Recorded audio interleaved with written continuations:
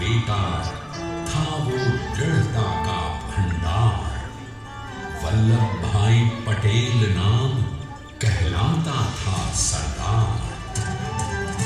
कृषक कार्मिक जनगण से था उसको प्यार अपार। अखिल देश ने उसे रहनुमा किया था स्वीकार। गांधी बापू का शिष्य, सत्य अहिंसा का अवतार। किंतु एक भारत करने को धर लेता हथियार। लौह पुरुष संबोधन था वो लोहे की दीवार। तेज पुंज तुम, शक्तिपीठ तुम, बल का सागर अपरंपार। ऋणी देश का नम्र नमन तुम स्वीकारो सरकार।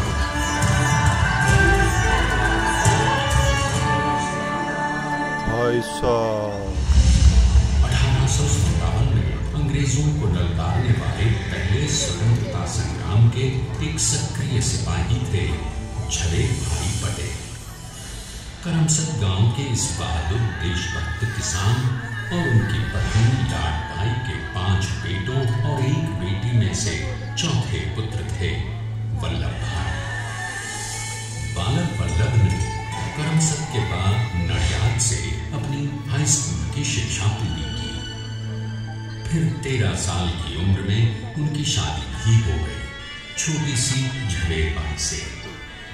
2 बच्चों, बेटी मणि बहन और बेटे डाया भाई को जन्म देने के बाद झवेर बाई असमय ही चल बसी। सदी बदलने और 20वीं सदी आने पर उनका जीवन भी एक चमत्कार की तरह बदला। पीटर का इम्तिहान पास करके वो वकालत करने लगे। पहले गोधरा, फिर आनंद और उसके बाद अहमदाबाद में। मगर जल्द ही वकालत छोड़कर वो बैरिस्टर बनने की इच्छा से इंग्लैंड चले गए। लंदन में बैरिस्ट्री में अव्वल आने और वजीफा जीतने वाले वो अनोखे भारतीय थे। अब तो अहमदाबाद की वरिष्ठ अदालत में बैरिस्टर पटेल की जिरह और जीतों की धूम मच गई।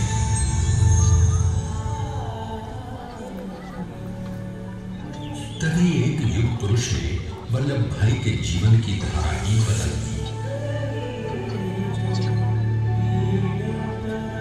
दक्षिण अफ्रीका में सत्याग्रह के अहिंसक अस्त्र से गोरे शासकों को सबक सिखाकर भारत वापस आए बैरिस्टर मोहनदास करमचंद गांधी से मिलकर वल्लभ भाई ने अपने कुछ वर्षों से सीखे विदेशी व्यवहार और संस्कार हमेशा के लिए त्याग दिए और अब वो अपने खेड़ा के किसानों को हक दिलाने के लिए बापू के साथ आंदोलन में कूद पड़े।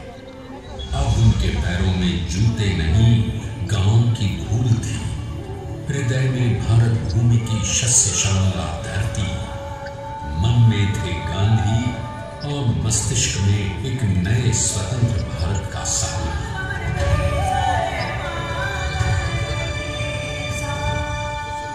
तभी बारडोली के मजबूर मजलूम किसानों की यातना का समाचार उनके पास पहुंचा। तुरंत वल्लभ भाई वहां पहुंचे और यूं शुरू हुआ भारत का सबसे बड़ा और सफल किसान आंदोलन बारडोली। वल्लभ भाई ने बारडोली के 87,000 किसानों को ऐसा अटल, अडिग, अचल मनोबल दिया कि अंग्रेजी सरकार हिल गई और 1 बरस के बाद उनका लगान माफ कर दिया गया।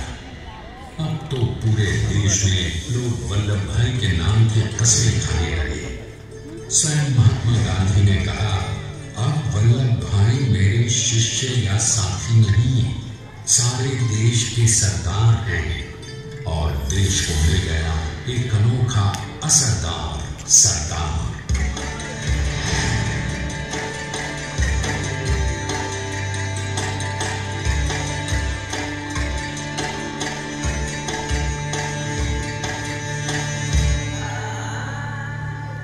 सरदार पटेल के नाम और देशभक्ति से अंग्रेज डर कर कांपने लगे।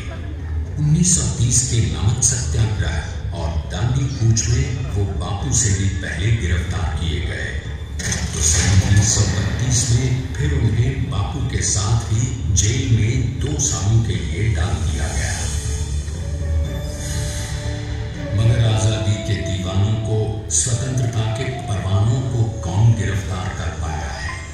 जेल से छूटते ही सरदार को कांग्रेस के नए राष्ट्राध्यक्ष पद पर चुना गया और उनकी सरपरस्ती में राष्ट्रवादी भारतीयों ने तमाम ब्रिटिश सूबों में जीत हासिल कर वहां अपनी स्थानीय सरकारें बनाई।